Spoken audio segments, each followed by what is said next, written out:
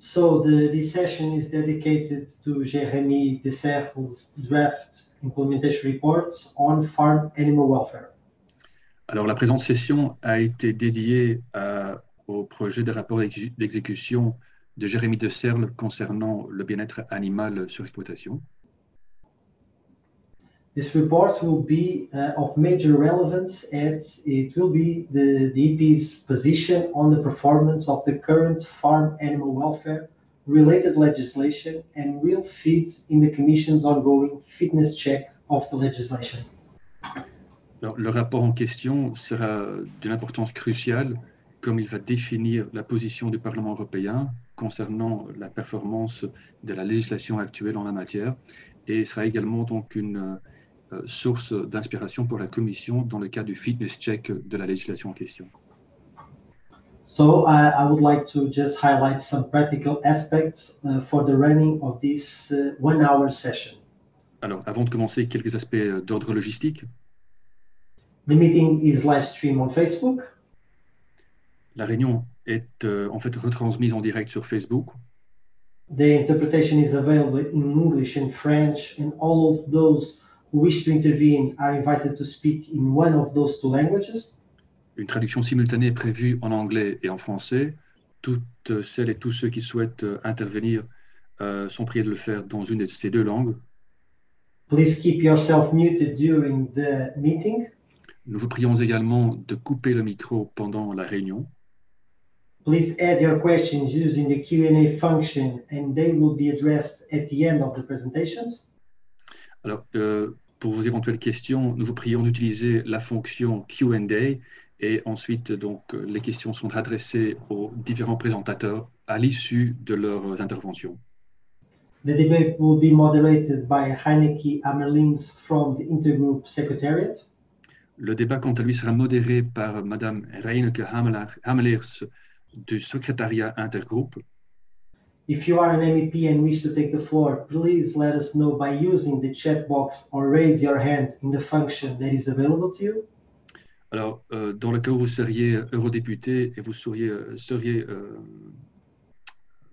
prendre la parole, faites-le nous savoir en utilisant le chat box ou en levant la main si cette fonction est disponible.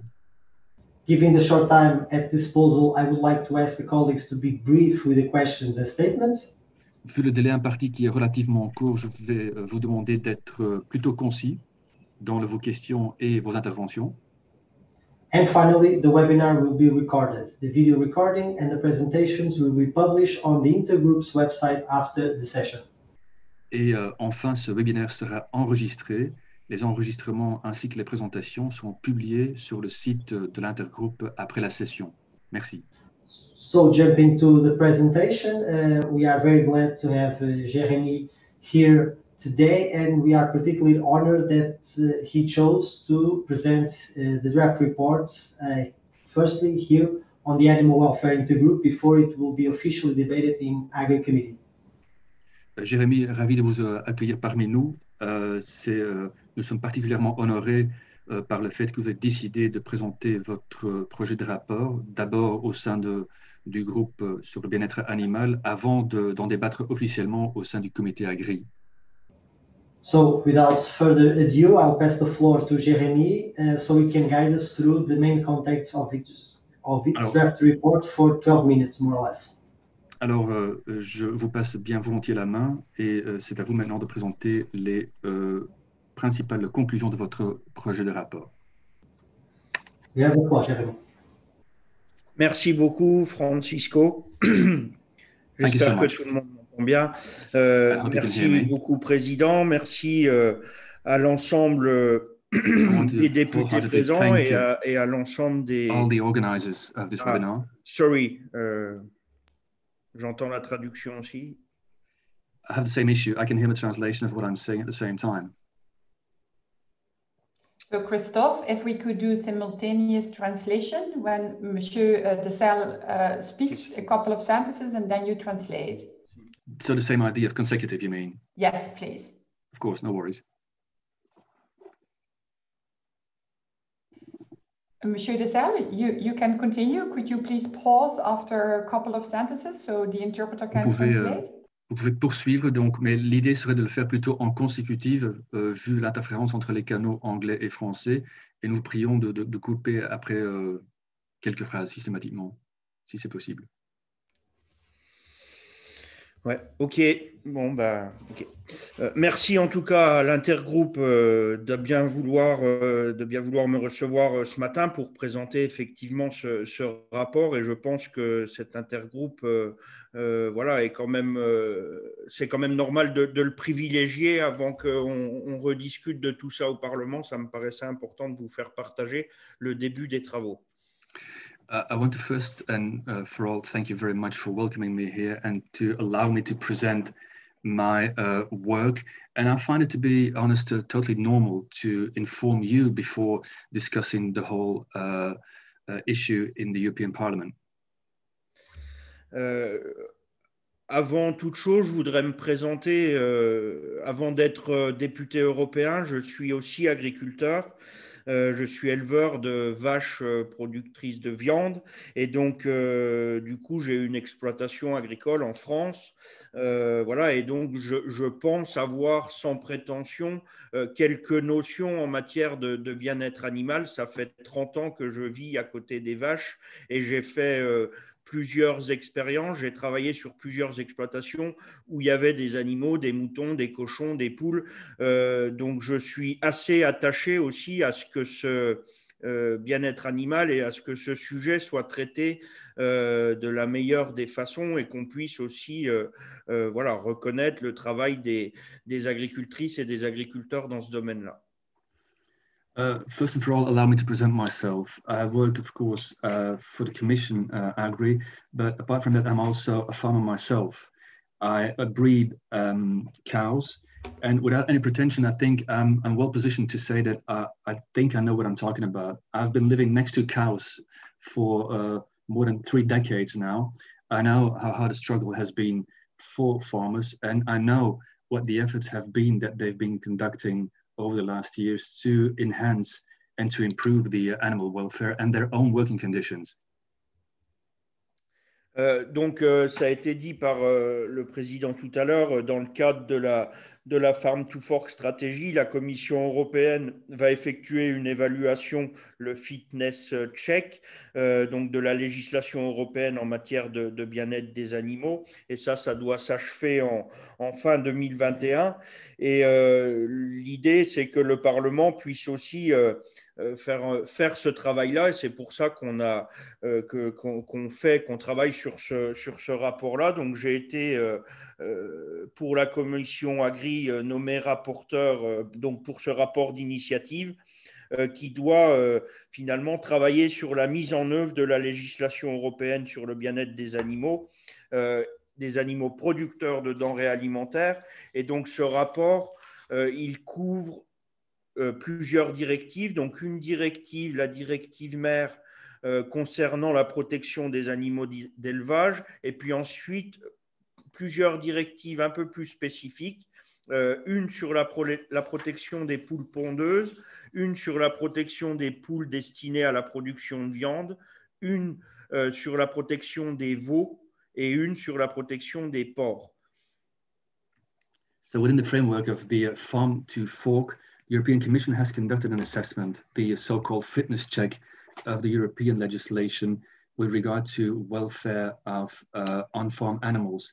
And this should be ending, in theory, at the end of 2021. From this may result a number of proposals or updates of current legislation.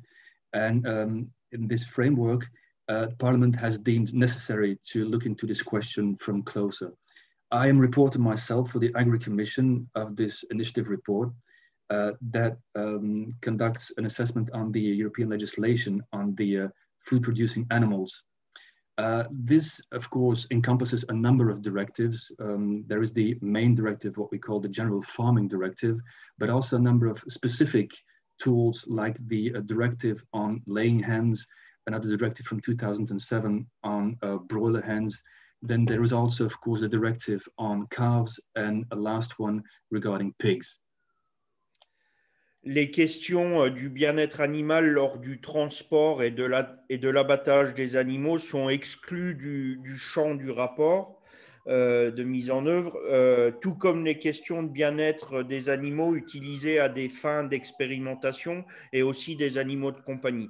Ça ne veut pas dire qu'on ne traitera pas des sujets, de ces sujets dans le rapport, mais en tout cas dans la partie constat, c'est pas là que l'on fait la recherche.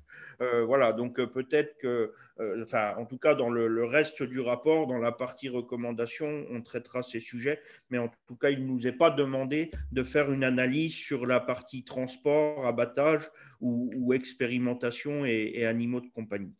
Je suis accompagné dans ce rapport, d'ailleurs, il y a quelques-uns de mes collègues rapporteurs, shadow rapporteurs qui sont là, donc par Michaela Sojdrova pour le PPE, par Carmen Avram pour les socialistes, par Tilly Metz pour les Verts, par Christophe Jurgiel pour ECR, par Anja, qui je pensais allait être là à The Camp pour la gauche, et puis par Ivan David pour ID.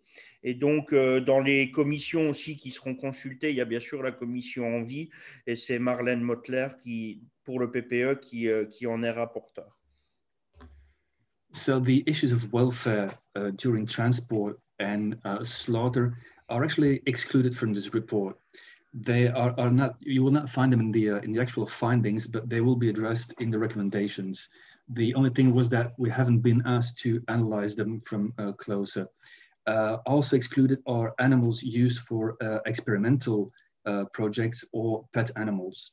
Let me also stress the importance of the cooperation with the shadow reporters of the other political groups in the parliament.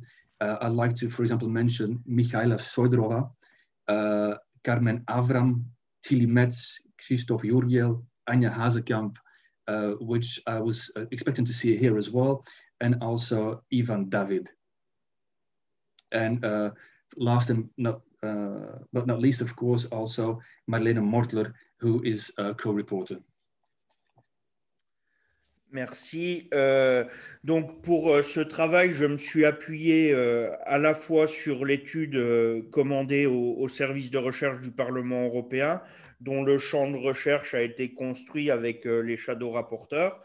Et donc cette étude a été publiée le 11 juin dernier et s'intitule « Le bien-être des animaux à la ferme, évaluation ex-post de la législation européenne, perspective pour l'étiquetage en matière de bien-être animal au niveau de l'UE et puis évaluation de la mise en œuvre européenne ». Alors bien sûr, au-delà de cette étude qui est très très riche et qui nous amène un nombre d'informations vraiment, enfin puis des informations vraiment importantes, j'ai bien sûr aussi échangé avec les différentes parties et les différents acteurs concernés, les agriculteurs, les autorités nationales et européennes compétentes en la matière, et puis bien sûr avec des ONG de protection des animaux. Donc là, avant de démarrer, voilà, je me concentrerai aujourd'hui sur le sujet de la mise en œuvre de la législation, mais bien sûr, si nous avons un peu de temps pour échanger sur d'autres sujets, on le fera aussi après. Et puis, je passerai un peu moins de temps sur les questions d'étiquetage, mais bien sûr, je serai prêt aussi à répondre à vos questions. So I have based this work on a study that was ordered at the research unit of the European Parliament, of which the field of research was defined with the shadow reporters.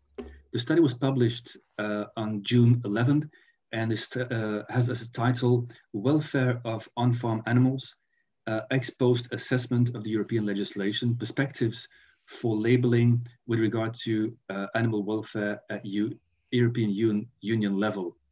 Assessment of European implementation.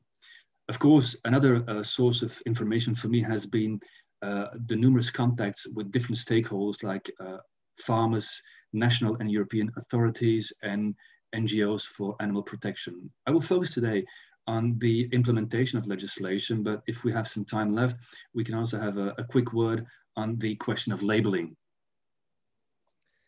Merci. Donc, je vais démarrer avec les conclusions du coup de l'étude et puis des discussions aussi que j'ai pu avoir avec les uns et les autres. La plupart des parties prenantes reconnaît la nécessité de mise à jour de la législation actuelle pour intégrer un peu plus les avancées scientifiques en matière de connaissances animales, mais aussi les progrès techniques des pratiques d'élevage, parce que voilà, il y a beaucoup en élevage beaucoup de choses qui ont aussi évolué, qui méritent du coup d'être inscrits dans ce rapport de mise en œuvre. L'efficacité de la législation semble relative. Certaines directives ont permis d'obtenir des changements structurels souhaitables, tandis que finalement la directive générale et la directive notamment sur les poulets de chair n'ont eu que de faibles répercussions. L'évaluation de la législation rencontre cependant une limite importante de qualité et d'homogénéité des informations disponibles. On a eu du mal à récupérer toutes les informations et les données disponibles ne permettent pas forcément décrire de façon adéquate et claire ce qui se pratique sur le terrain. So let me share with you a number of findings. Most stakeholders agree that the current legislation needs to be updated to incorporate scientific advances in our understanding of animals and technical progress in farming practices, because a number of things have indeed evolved over the years. On-farm animal welfare legislation has not proved an unalloyed success. Some directives have led to positive structural changes to the way in which animals are reared, but the General Directive and Broiler Directive have had little effect, unfortunately. Assessment of the legislation was limited by the quality and by the consistency of the information available in the assessment of legislation. It was not possible to get a clear picture of what is happening on the ground. Les facteurs qui ont été identifiés pour la bonne application de la législation sont finalement l'absence de précision dans la législation sur les exigences relatives aux modalités de respect et de contrôle. Cette grande latitude qui est laissée aux États membres peut parfois conduire à des incohérences dans la mise en application de la législation. La législation, du coup, est jugée globalement, malgré tout, cohérente avec la législation sur la santé animale, mais nécessiterait cependant une meilleure articulation avec d'autres aspects de la politique européenne. Juste pour conclure. Sorry for the interruption. I have the information that it might be fixed, the translation problem. Can we try to check that out? So if it's the continuous directly translation. So can you just see if I'm talking and the translation is being done, for example, in French? Because I don't hear it now, the French translation as it was.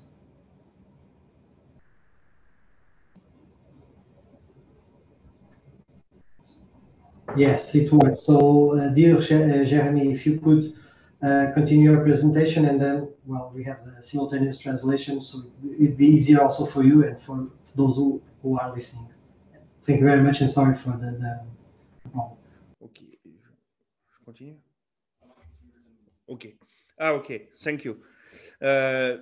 Donc, pour conclure sur cette partie-là, voilà, je pense qu'il faut qu'on rédige à nouveau la législation et qu'on fasse en sorte que voilà, qu'il y ait une meilleure capacité d'interprétation, en tout cas une interprétation un peu plus homogène dans les États membres.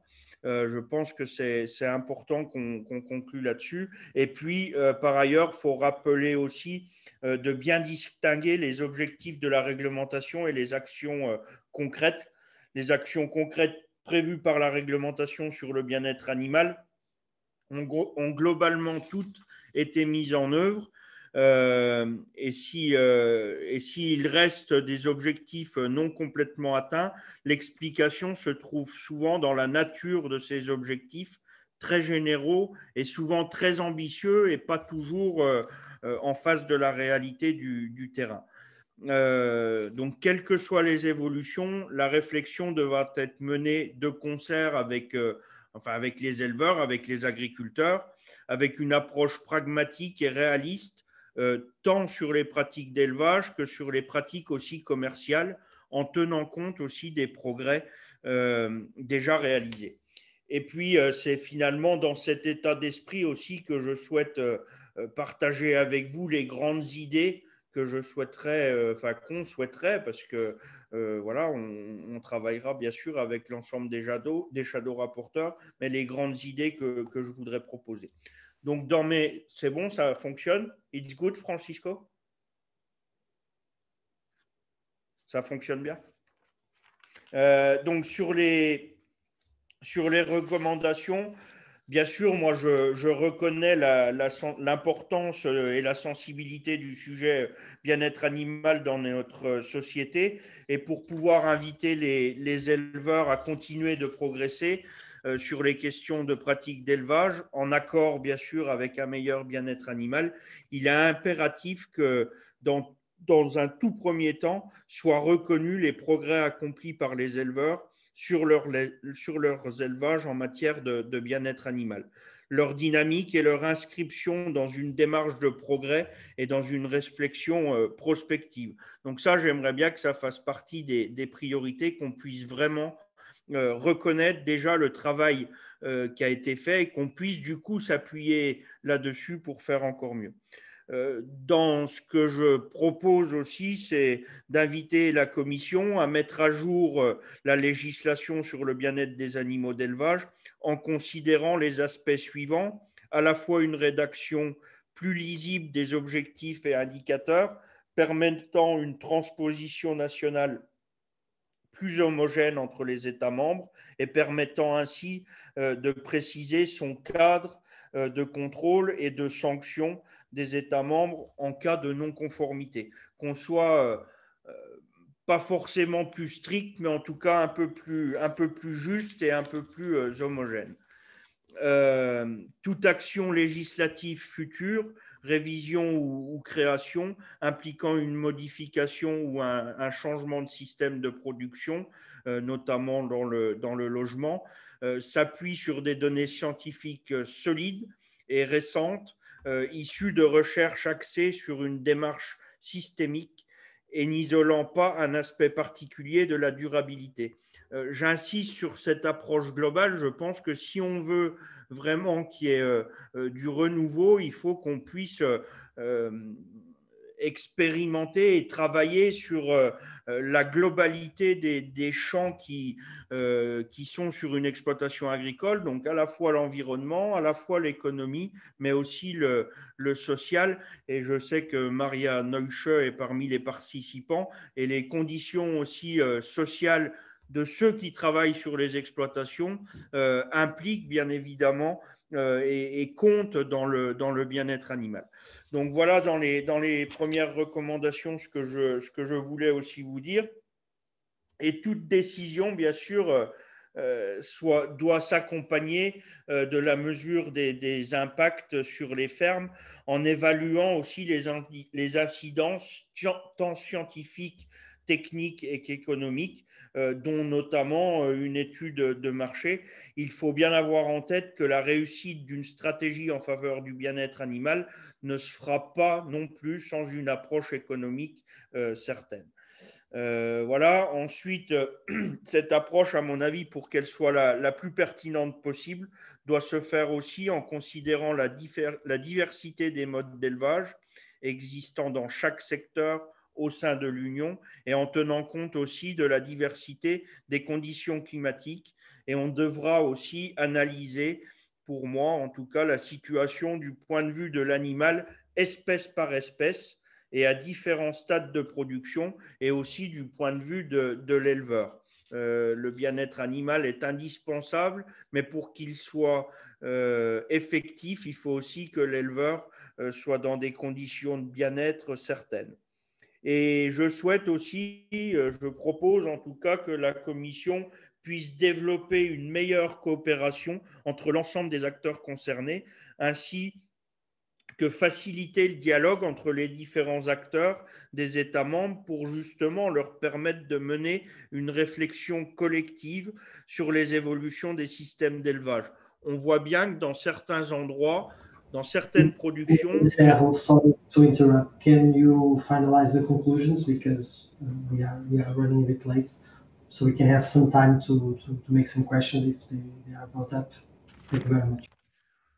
Ok, je me dépêche, mais j'aurais préféré prendre le temps aussi de tout vous expliquer. S'il n'y avait pas eu les problèmes techniques, ça aurait été moins long. Bon, enfin, dans l'objectif aussi de conserver notre souveraineté alimentaire, c'est-à-dire produire suffisamment en volume et en qualité et à un prix accessible pour tous nos consommateurs européens, et en évitant aussi l'entrée sur le marché de produits importés. Ça, c'est importés en tout cas qui ne répondraient pas à nos exigences communautaires. Ça, c'est aussi un sujet, à mon avis, qu'on peut essayer de traiter dans ce rapport-là. Et donc, pour conclure, et puis laisser la place aux questions, je vous rappelle que le bien-être des animaux va de pair, je l'ai dit tout à l'heure, avec celui des éleveurs, et que si on leur donne les moyens, le progrès se poursuivra forcément. Je veux aussi insister sur le fait qu'il ne faut pas tout attendre de la législation européenne. Elle a un rôle fondamental pour fixer un socle de base de règles. Pour avancer, il faut relever ce niveau de base, à mon avis, et il faut déjà l'harmoniser. Et ensuite l'articuler de façon cohérente avec les démarches qui veulent aller plus loin. C'est aussi le sujet de l'étiquetage que je n'ai pas traité et des labels que je ne développe pas forcément aujourd'hui, mais qu'il faudra aussi travailler dans ce rapport, et il y aura une partie du rapport qui sera consacrée à ça. Encore une fois, je pense qu'on réussira, qu'on avancera dans le bien-être animal, à la fois si on reconnaît les efforts et le travail que l'élevage en Europe a connu, et les évolutions que l'élevage en Europe a connues, et on avancera sur ce sujet-là si on accompagne aussi un peu mieux financièrement les agriculteurs. Merci de votre attention et désolé si j'ai été trop long. Voilà, merci.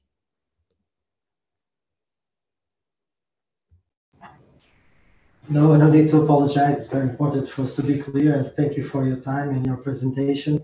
Dear Heineke, I don't know if there's any questions, but I'll give you the floor. Francesco, so far we haven't received any questions from the floor. I would like to invite all MEPs attending to make an intervention at the end. Do let us know if you want to come in, and for the rest of the audience, if you have questions to Monsieur de Serre or to the next speaker, do pop them in the chat, please. So I think, Francesco, we can go to the next presentation. Yes, let's speed up. Let's go to the second presentation. So I'm glad to introduce now our second speaker of the meeting, who is Inês Grêmio Ajuda, Program Leader Farmed Animals from Eurogroup for Animals. Inês will stress on the key concerns with implementation and enforcement of the current pieces of EU legislation on farmed animals. Inês, thank you for being with us. You have the floor. Thank you, Francisco. So I will try to be succinct so we have time for questions and discussions. First of all, thank you so much, MEP Jeremy Darcel, for the presentation of the report. I think it's going to be quite a good basis for the discussion and what needs to come next in terms of the legislation.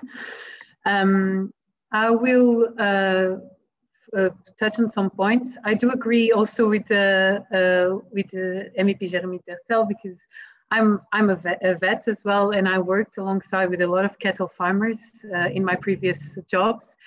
And I do understand that it is important that this legislation helps farmers, but also helps animals, hence the name Animal Welfare Acquis. So I will try to be briefly go into some of the points. I will not go into a lot of detail in a lot of them, but also you'll have access to the presentation, so you'll be able to see it after. And also, of course, you know where to find us for more questions. I'll give you a quick update on our campaign, No Animal Left Behind, that really touches upon the points that we think are essential that need to be changed based on the current legislation within the revision of the animal welfare legislation. And then I'll go into some more specific points after. A lot of you know our No Animal Left Behind campaign. A lot of you are champions already of it as well. And you know the main message of the campaign is that we would like the revision of the animal welfare legislation to be improved, to lead to an improvement and an expansion of the current animal welfare acquis. We find that it's quite important that it happens, and also that it includes the animal's perspective in that revision. And I will explain a little bit more what I mean by it. We have now started this year with a campaign demonstrating what is not working with the current legislation. So based a lot on the same subject of the report that was presented and the presentation before, but also trying to build up to then what is the solution and what we would like to see next in the revision of the animal welfare legislation. Here is some of the communication actions that a lot of you have already participated, and thank you for that. Ines, yeah. Sorry, your screen is black. The shared screen is black. We can't see. Shame. Oh, I can see it perfectly, Ines. So yes. Yes. Do it. Does any other one have a problem? Can you see it? Yes, it's fine. I can see it. Okay. Okay, because I can't see you, so you have to tell me if you, okay. So going to the more specifics, one of the points that are already MEP Dessel has already touched upon is about the scientific need of update. Also, as a researcher and animal welfare expert, I completely understand that. And since the directives were launched or put into place until now, a lot has happened in terms of research, and it definitely needs to be taken into account in terms of the species-specific research, but also in terms of the framework that we need to use to make sure that we are providing a good life for the animals and to make sure that the animal welfare acquis does what it is supposed to do, to protect, to give a better protection to farm animals. In order to be able to do that, one of the things that we have researched and have written about is that we should move away from avoiding or trying to avoid the negative stimulus to farm animals and start moving to a positive approach to what should we provide animals for them to have a good life, or at least a life worth living. And for this, it means that we have to start slowly, or hopefully faster than that, abandoning the 5 freedoms concept to a new concept, which is the 5 domains model. I call it new. It's not very new in terms of research. It's been around for more than 2 decades now, but it's still quite sometimes a new one policy. But it's very innovative and very important because it moves from a human-centric approach to animal welfare to an animal-centric one. And it could be that sometimes it feels a little bit of a new concept, but the truth is, if we adopt a concept that we try to benefit the mental state of the animal, that the animal actually is protected and has a good level of animal welfare and perceives it as a good level of animal welfare, that's where we actually have that, what MEP Jérémie Dessel has highlighted. It's actually where we start to see the benefits also for the farmers, for the environment, for the economy of the farm, and so on. Because we know now, if the animal doesn't feel like it has a good welfare level, it will not produce well, it will not provide the quality of the products that the farmers are expecting to have. So this is one of the big points, and also the big points and the basis of our campaign, No Animal Left Behind. Then the other thing also that was addressed is about the vagueness of the directives. And a good example of it is the General Farming Directive. It is quite vague, so it leaves a lot of room for interpretation. For example, what exactly does it mean unnecessary pain? But this vagueness also leads to things such as a mismatch with the other directives, such as, for example, we can see the General Farming Directive says there should be freedom of movement. As an animal welfare expert, I interpret that it means no cages. But then when it was transposed to other directives or in connection to other directives, such as the Laying Hens Directive or the Pigs Directive, we can see that cages are still allowed. And freedom of movement is interpreted, for example, for sows, for mother pigs, as being able to lay down and stand up for a long period of their lives.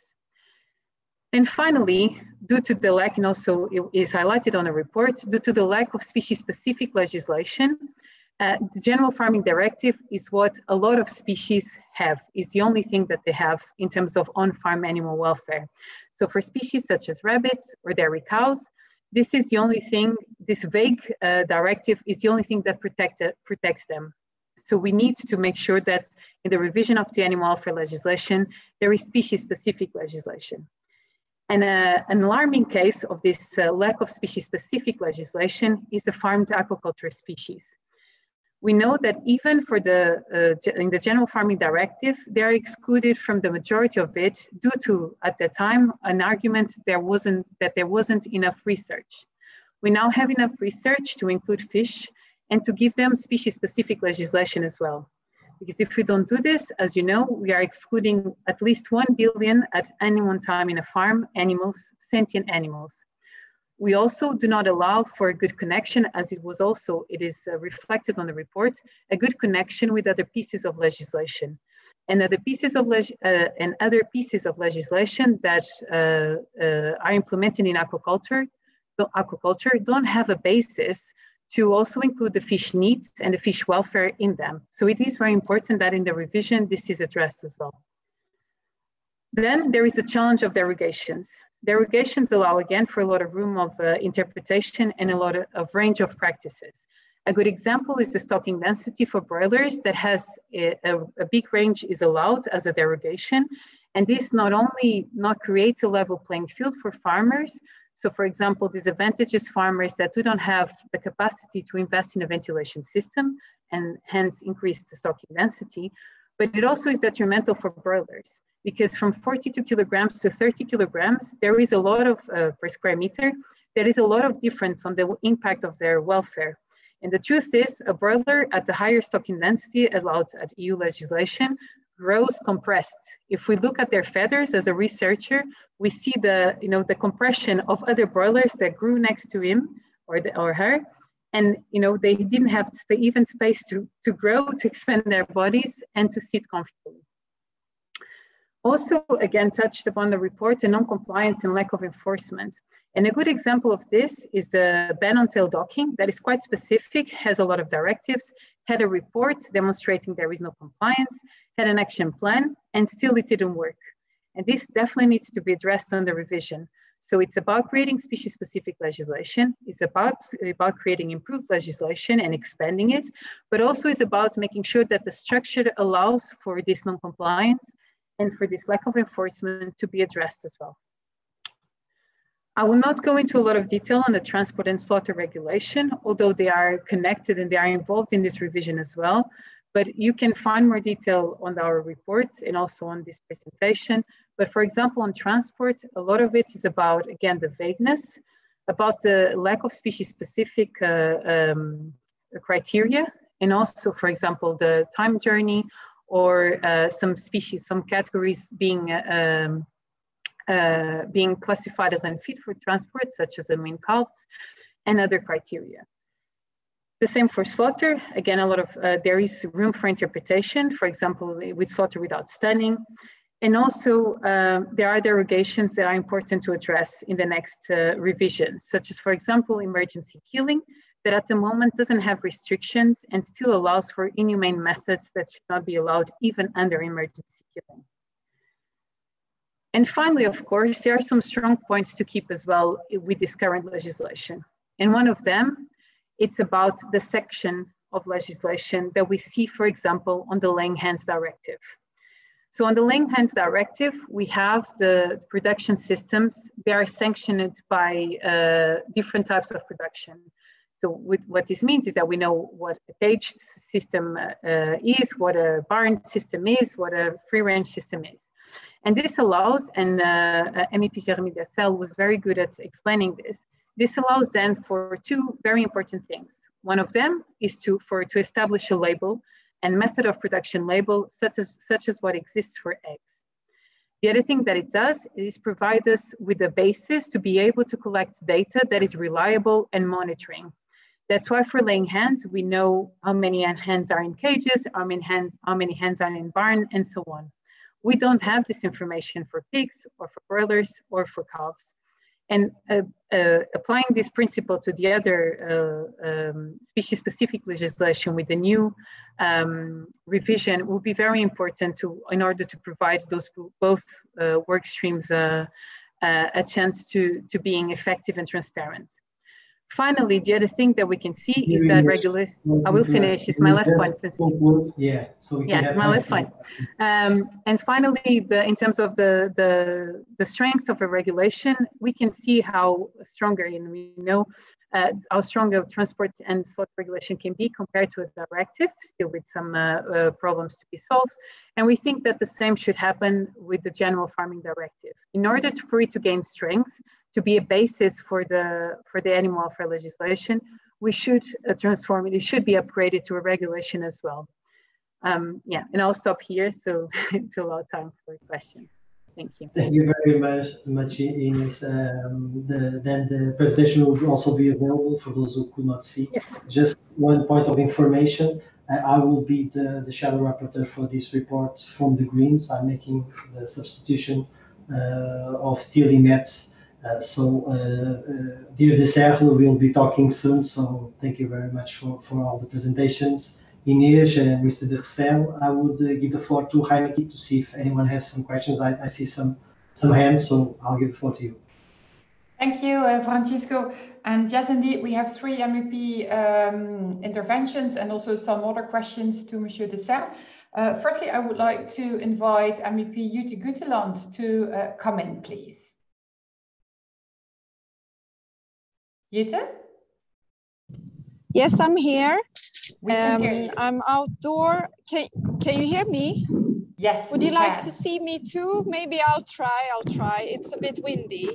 Yeah, I would like to start by thanking for the 2 presentations, and I would like for the last presentation to absolutely agree. We need species-specific legislation. Me myself have been trying to push for the dairy cows and have specific legislation there, but I truly believe we need it for many species, included fishes. So I'm really happy that was addressed. But I also like to address Mr. de Cercle for your and thank you for your genuine work, and thank you for the presentation today. That was a very good presentation. And as the S&D shadow in the ENVI opinion, I would like to add a few points or remarks on this one. First of all, I would like to say that I express my full support full support for the development of a mandatory animal welfare label. We need to ensure that consumers can be better informed, and we need to make sure they can make a choice. And it's not possible today, not at all, I would say, to make a choice to try to get at least a better situation for the animals. And this is also about making sure that we are lowering the prices for animal-friendly products. On the question of transport of live animals outside the EU, I suggest that the Commission and the Member States establish a ban on the transport of live animals. The European Court of Justice, as you all know, their ruling requires that EU animal welfare rules must also apply outside the EU, and it's impossible to check this. So we need to stop this export. It's not possible to follow the legislation.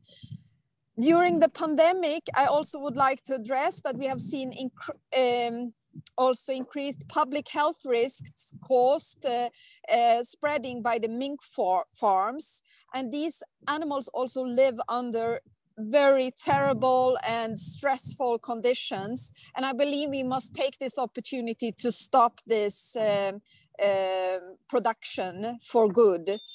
And member states should therefore immediately phase out fur production where it's still legal. I believe it's really important. The Commission will also have to present legislative proposal to ban transport, import and export of live minks in the European Union. I also believe the Commission shall ensure that all EU law and rules on animal welfare are uniformly and fully implemented by the member states. This is a big problem today, and we need the Commission to be more active here. The Commission must therefore, as soon as possible, present a revision of all the relevant legislation. I endorse what is happening right now, but we really need to push so we see that the highest animal welfare standards are put in place, together with the establishment of a credible EU sanction system, because today it doesn't cost to do the wrong thing. Thank you very much, and sorry for the windy outdoor intervention here. Thank you so much, Jytte, for your relevant comments. Monsieur Dessel, would you like to give a reaction to the comments on consumers, on live exports, fur farming, and the inclusion of other species in the legislation? Ouais, merci. Je pense que effectivement là, le cadre du rapport ne nous permet pas d'analyser tout en détail sur tous les points, mais on a le droit, encore une fois, dans la partie recommandation, dans la partie proposition, effectivement, de lier des choses. Donc, je suis en tout cas pas contre à ce qu'on discute plus en profondeur de tout ça.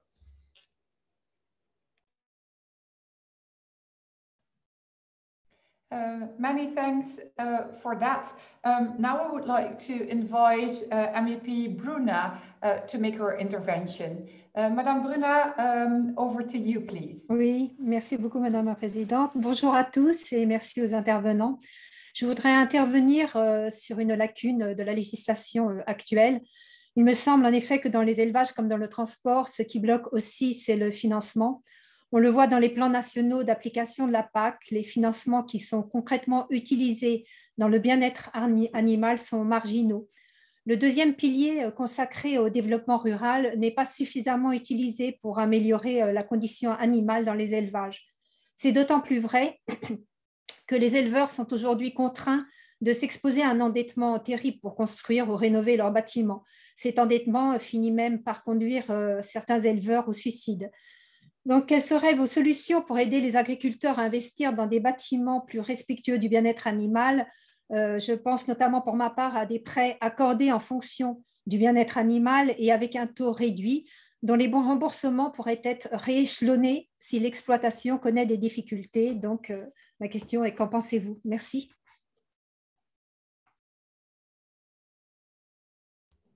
Je réponds. Oui, très bien, monsieur Dessel. Ouais. Merci pour votre question. Il y a bien sûr que votre proposition doit être examinée et franchement pas mauvaise. Je pense qu'il faut justement qu'on soit prêt, si on veut qu'il y ait des évolutions, et c'est ce qu'on souhaite tous, et qu'on soit encore meilleur en matière de bien-être animal, effectivement qu'on doit mettre des moyens. Et peut-être qu'on peut considérer que la politique agricole commune dans ce domaine-là a peut-être des failles, mais moi j'ai envie de dire que si on veut mettre plus, si on veut aller plus loin, c'est pas qu'avec la politique agricole commune qu'on ira. Et il y a des stratégies qui arrivent, le Green Deal, la stratégie biodiversité, et puis bien sûr la Farm to Fork stratégie, pardon. C'est dans ces éléments-là qu'on devra aussi consacrer un peu de moyens économiques et de mesures qui pourront aussi être évaluées et qui permettront aussi d'avancer un peu plus vite.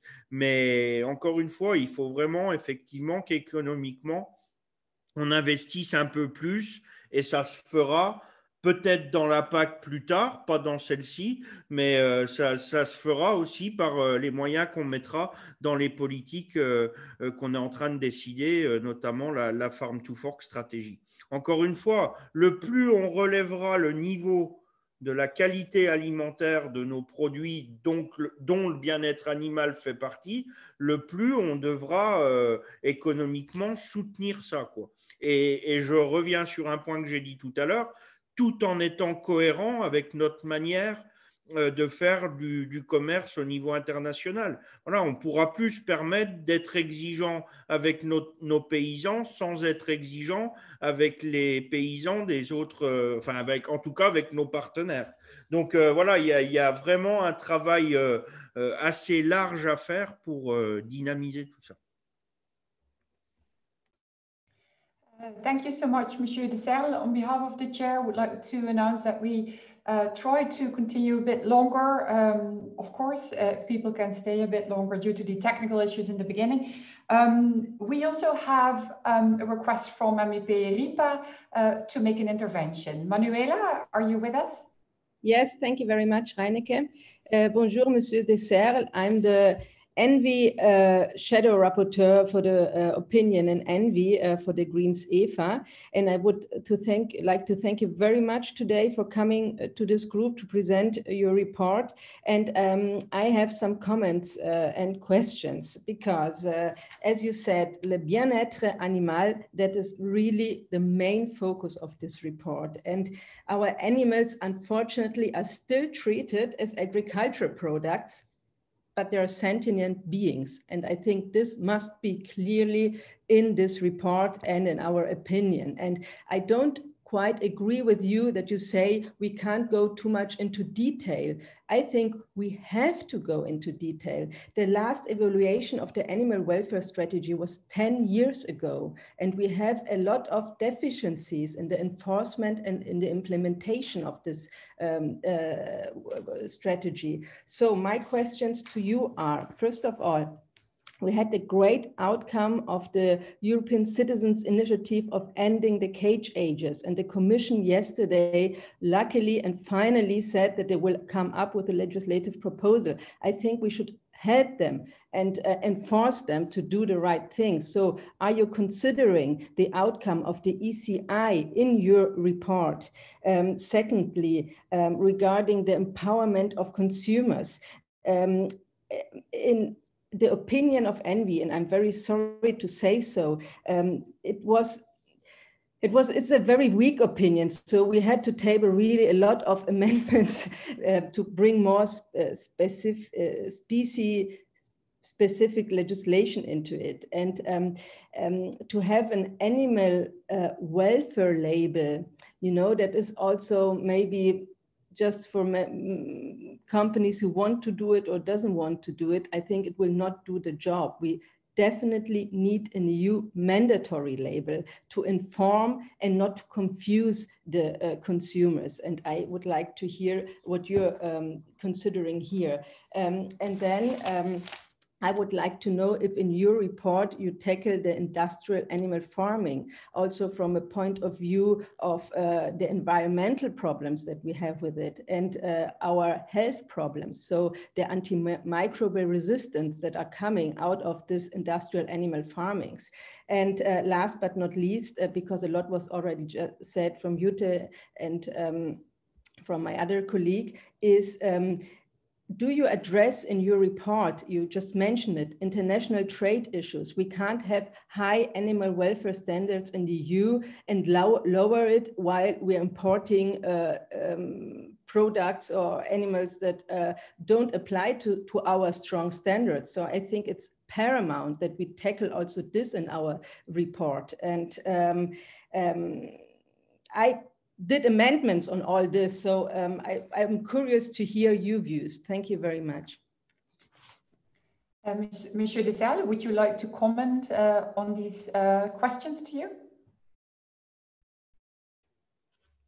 Bien sûr, rapidement, en rassurant Manuela, je partage ce qu'elle dit. Je pense à la fois, effectivement, dans sa première question, qu'il faut être plus précis dans la législation et donc il ne faut pas s'interdire d'aller dans les détails, mais il faut amener plutôt de la précision que du durcissement. Il faut que dans l'application, les États membres appliquent et interprètent la législation de manière plus homogène. Donc voilà, ça je suis d'accord avec elle.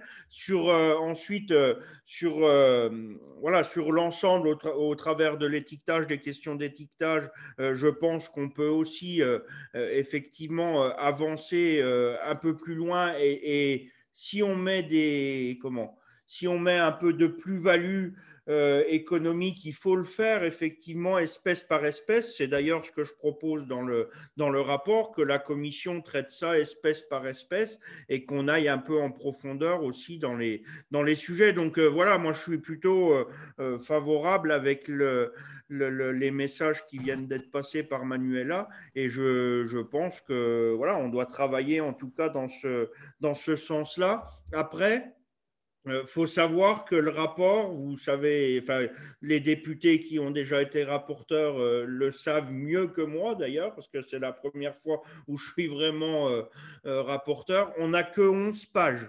Donc, en 11 pages, il faut réussir à traiter un sujet aussi important et des fois aussi précis. Ce n'est pas toujours évident. Donc, on va être courageux et on va mettre un maximum de choses, mais on va donner quand même pas mal de responsabilités à la commission, voilà, pour qu'elle mette en œuvre aussi tout ça correctement. Et voilà, en lui demandant à elle justement d'être plus précise techniquement pour qu'on soit le plus efficace possible. Thank you, Monsieur de Serre. Would you like to elaborate still a bit about the ECI news we received yesterday? That was also one of Manuela's questions, and the international trade issues. So the ECI to end the cages for farm animals, to what extent will this also be included in your report? And how do you see international trade playing into this? And do you believe it's important that imported products also comply with EU animal welfare standards?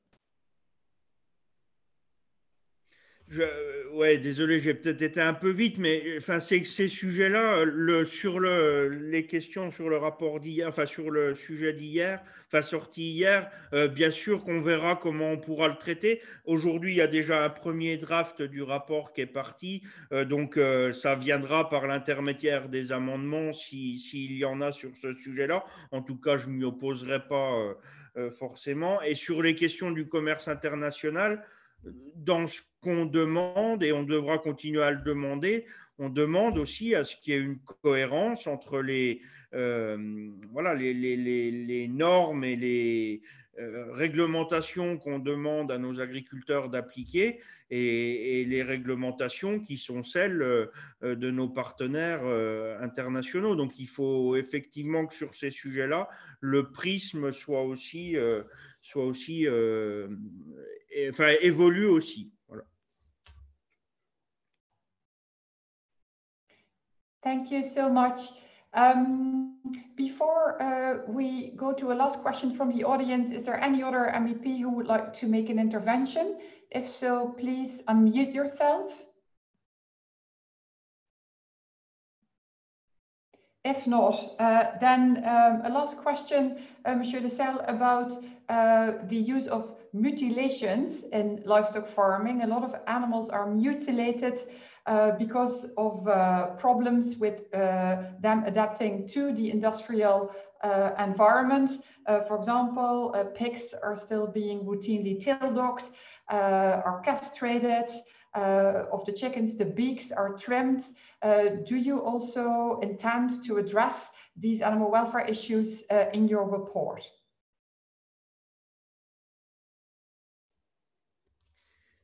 Si j'avais eu le temps tout à l'heure, vous auriez vu que c'est traité, ces questions-là. Je n'ai pas pu être assez précis pour vous le montrer, mais bien sûr que ces questions-là sont traitées. Et justement, enfin, vous faites bien de me reposer la question.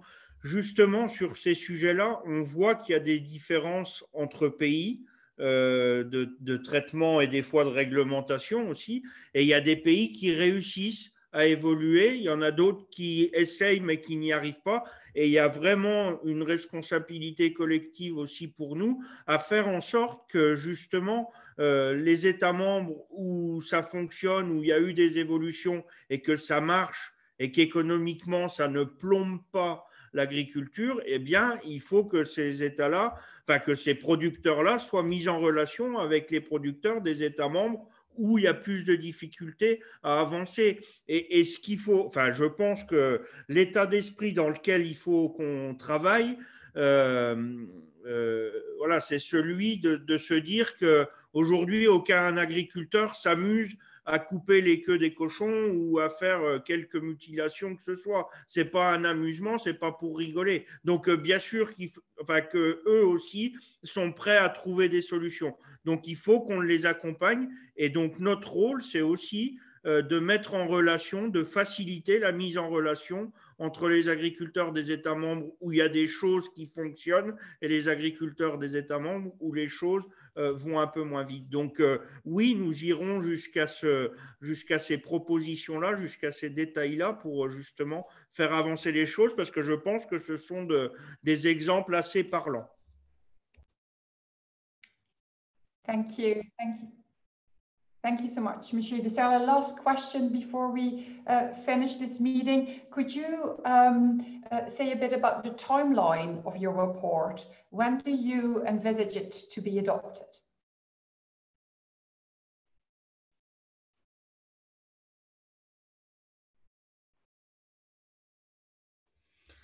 Alors là, il y a une date importante, en tout cas, la fin de dépôt des amendements, c'est prévu pour le 21 juillet, donc dans 20 jours, on a 20 jours là. Et après, il y aura, un échange de vues, un hearing en commission de l'agriculture au mois de septembre.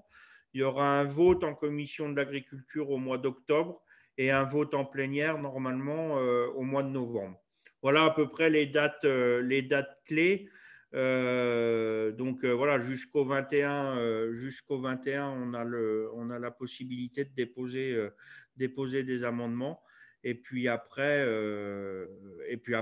voilà, la procédure, c'est la suivante. Le 30 septembre, un hearing en commission agri, après un vote en commission agri et un vote en plénière en novembre. Voilà. Thank you so much, Monsieur de Serle. I think, Francesco, it's time to wrap up now. Perhaps you have a last question yourself, but I'm handing back to you. Thank you. Thank you. No, I don't have any questions, but thank you very much to Inês and Mr. de Serle for the presentations and all the translators that were here a bit longer. I would just make two final comments. The first one was already said, but it's a wonderful step for the Commission to really put forward the revision of the ECI with concrete legislation by 2023. So let's see if they will commit to that, and then, well, that says that we should phase out cages in farming at 2027. Another point that I think is also relevant for us all to know is that the oral question that plans to accelerate the transition to innovation without the use of animals in research will be on the agenda of July, and the resolution will follow in September. So obviously, thanks to all the political groups that supported this action and all the NGOs that also worked at this level to make this happen. And a final information, that is the announcement of the next section of the intergroup meeting that will be held in September. And it will be dedicated to the fitness check of the EU legislation on farm animals. Regarding the day and the time, we will come back to you with further details in due course. So thanks everyone for this meeting. Sorry for the technical problems. And once again, thank you for the translators and the time they took to help us out on this meeting. Thanks to everyone, and see you next time.